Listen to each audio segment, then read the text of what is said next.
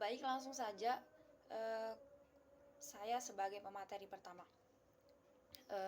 saya akan membahas tentang dampak-dampak korupsi. Dampak korupsi itu ada dua, yaitu dampak masif korupsi atau akar-akar dari korupsi itu, dan kedua ada dampak korupsi dalam pendidikan. Yang pertama, dampak masivitas barang dan jasa publik dan meningkatnya hutang negara. Terus yang kedua itu ada dampak sosial dan kemiskinan masyarakat.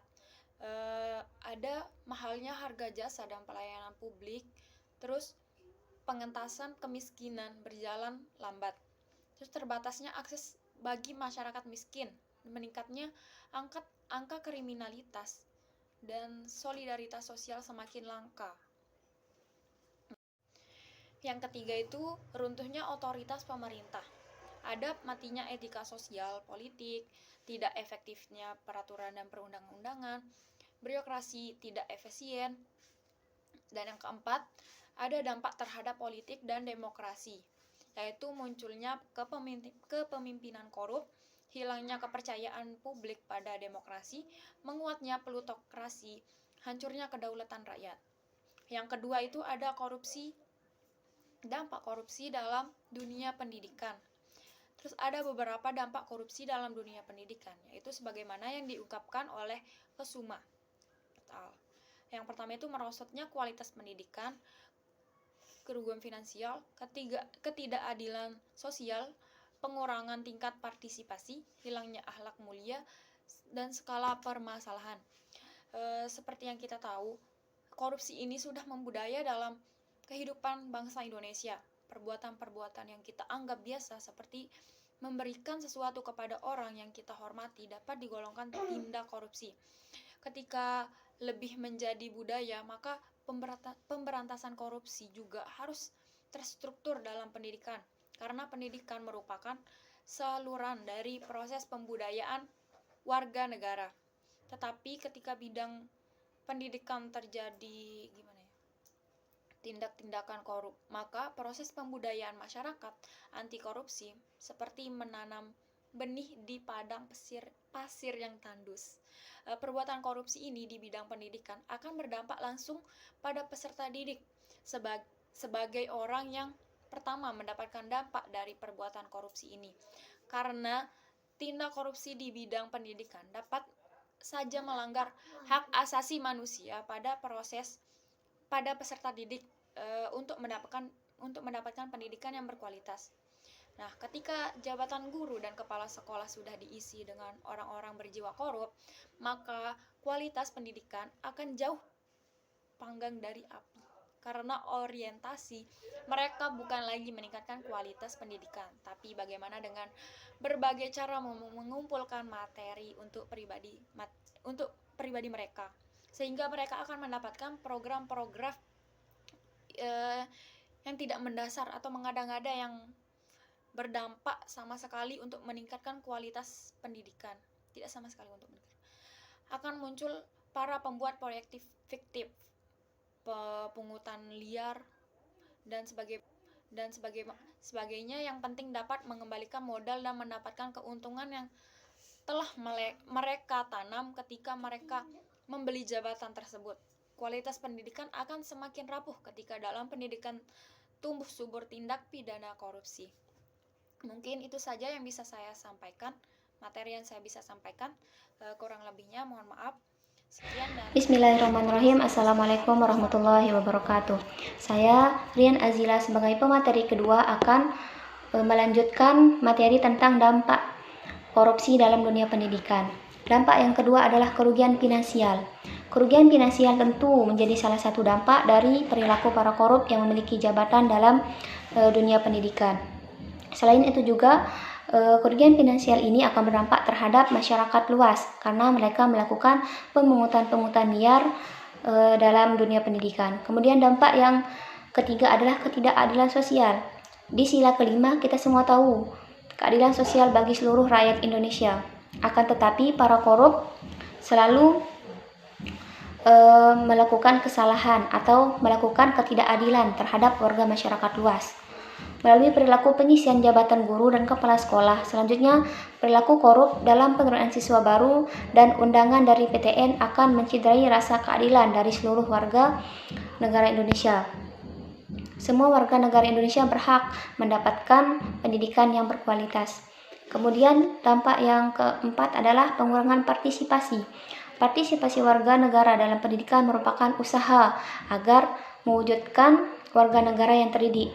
Semakin banyak partisipasi, maka semakin banyak warga negara yang terdidik, dan hal ini merupakan modal utama negara dalam pembangunan. Kemudian dampak yang kelima adalah hilangnya akhlak mulia. Pendidikan di Indonesia bukan merupakan pendidikan yang sekuler, yang dimana memisahkan agama dalam membentuk warga negara yang baik. Tindak pidana menjadikan peserta didik kehilangan teladan, bahkan kepercayaan terhadap sekolah dalam membentuk mereka, sehingga muncul generasi yang memiliki akhlak yang sejalan dengan pejabat di bidang pendidikan. Kemudian materi ketiga adalah bentuk-bentuk korupsi dalam dunia pendidikan. Tindak korupsi yang terjadi dalam bidang pendidikan dapat dianatomi menjadi beberapa aktivitas, yang dimana aktivitas tersebut rawan terjadi korupsi. Yang pertama adalah pengangkatan jabatan sekolah. Tindak korupsi dalam pengisian jabatan kepala sekolah akan menghasilkan kepala sekolah yang memiliki kebusukan jiwa, berjiwa korup, dan berkualitas rendah. Kemudian aktivitas atau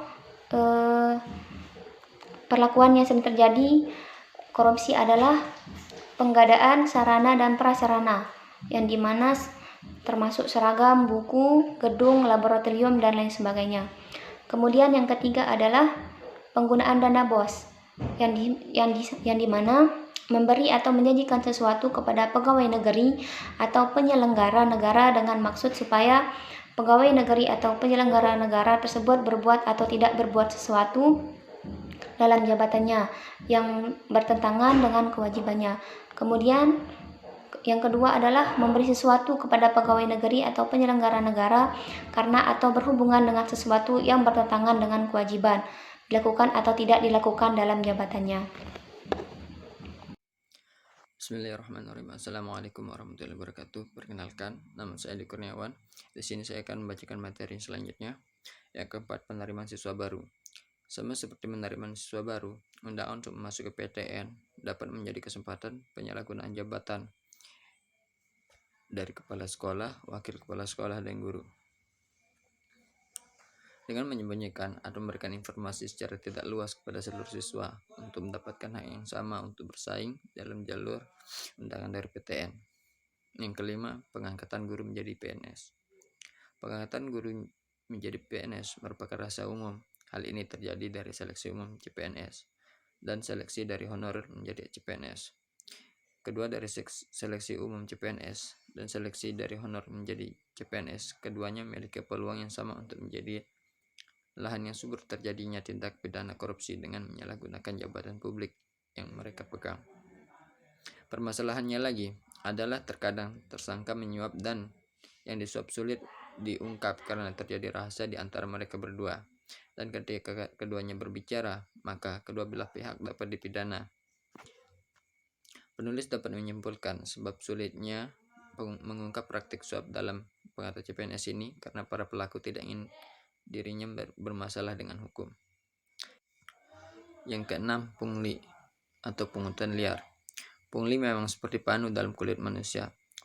Penyakit kecil tetapi sulit dihilangkan. Di sekolah yang korup akan menjadi pungutan liar ini menjadi salah satu sumber mendapatkan anggaran untuk dapat diselewengkan. Banyak dalih dalam pungutan liar ini, mulai dari pengambilan ijazah, rapor, membuat surat, sumbangan ke sekolah, dan sebagainya. Perbuatan yang terus berkembang untuk mendapatkan uang. C. Pendidikan anti korupsi sebagai upaya mencegah korupsi. Pendidikan anti korupsi merupakan tindakan untuk mengendalikan dan mengurangi upaya korupsi berupa keseluruhan upaya untuk mendorong generasi mendatang untuk mengembangkan sikap menolak secara tegas terhadap setiap bentuk korupsi. Mentalitas anti korupsi ini akan terwujud jika setiap orang secara sadar membina kemampuan generasi mendatang untuk mengidentifikasi berbagai kelemahan dan sistem nilai yang mereka warisi, dan memperbaharui sistem nilai warisan dengan situasi-situasi yang baru.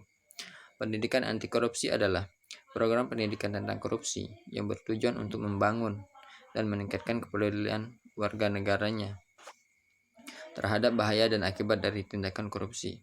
Target utama pendidikan anti korupsi adalah memperkenalkan fenomena korupsi yang mencakup kriteria, penyebab, dan akibatnya, meningkatkan sikap tidak toleran terhadap tindakan korupsi, menunjukkan berbagai kemungkinan usaha untuk melawan korupsi, serta berkontribusi terhadap standar yang ditetapkan sebelumnya,